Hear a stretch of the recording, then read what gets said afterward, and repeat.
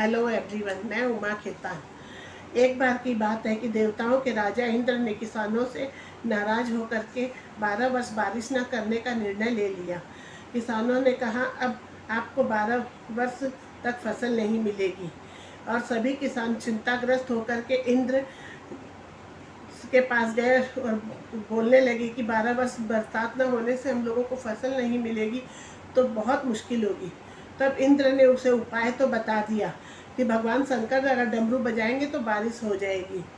तब इधर राजा इंद्र क्या किए कि भगवान शंकर के पास जा करके गुप्त वार्तालाप करके किसानों ने जानबूझ करके मेरा अपमान किया, ये कहा। और कहा कि देवताओं का अपमान हो इसलिए आप डमरू न बजाएं।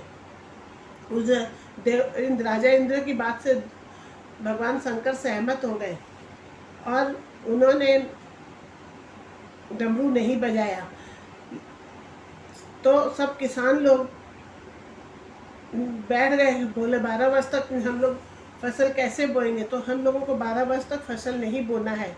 लेकिन उनमें से एक किसान था जिसने खेत में अपना काम करना नहीं छोड़ा और वह नियमित रूप से बीज बोना, खेत जोतना, बाकी सब जो काम था वो करता रहा। तब बाकी किसानों ने उसका मजाक उड़ाया और कहने लगे कि जब आपको पता है कि 12 वर्ष तक वर्षा नहीं होगी तो अब आप अपनी ऊर्जा और मेहनत क्यों नष्ट कर रहे हो। तब वो परिश्रमी किसान ने कहा कि मैं जानता हूँ कि 12 वर्ष तक बारिश नहीं होगी, लेकिन मैं ये काम अपने अभ्यास के लिए कर रहा हूँ, क्योंकि 12 साल तक कुछ काम न करने से किसानी का काम भूल जाऊंगा। मेरे शरीर को श्रम करने की आदत छूट जाएगी, इसलिए ये काम मैं नियमित रूप से करना चाहता हूँ।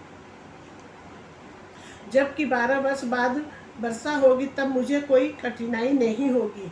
ये आपस में जब किसान बात कर रहे थे तब माता पार्वती भी सुन रही थी और माता पार्वती भगवान से के पास पहुंची और सहज ही रूप से बोली,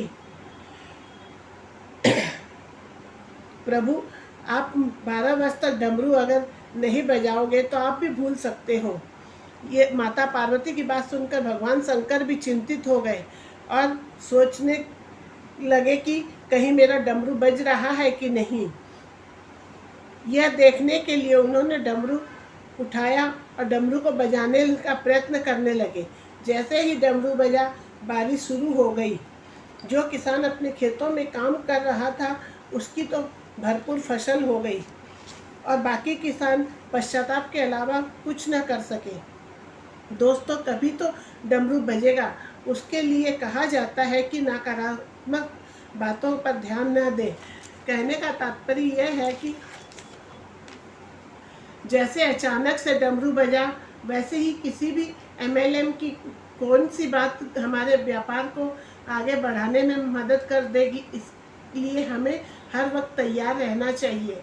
उसके लिए हमें हर मीटिंग अटेंड करनी चाहिए और अपने बिजनेस को देखते हुए मेहनत कड़ी करनी चाहिए। मेहनत कड़ी करेंगे और बिजनेस पे ध्यान देते रहेंगे तो हम लोगों का बिजनेस काफ़ी सफल होगा। That's all. Big play.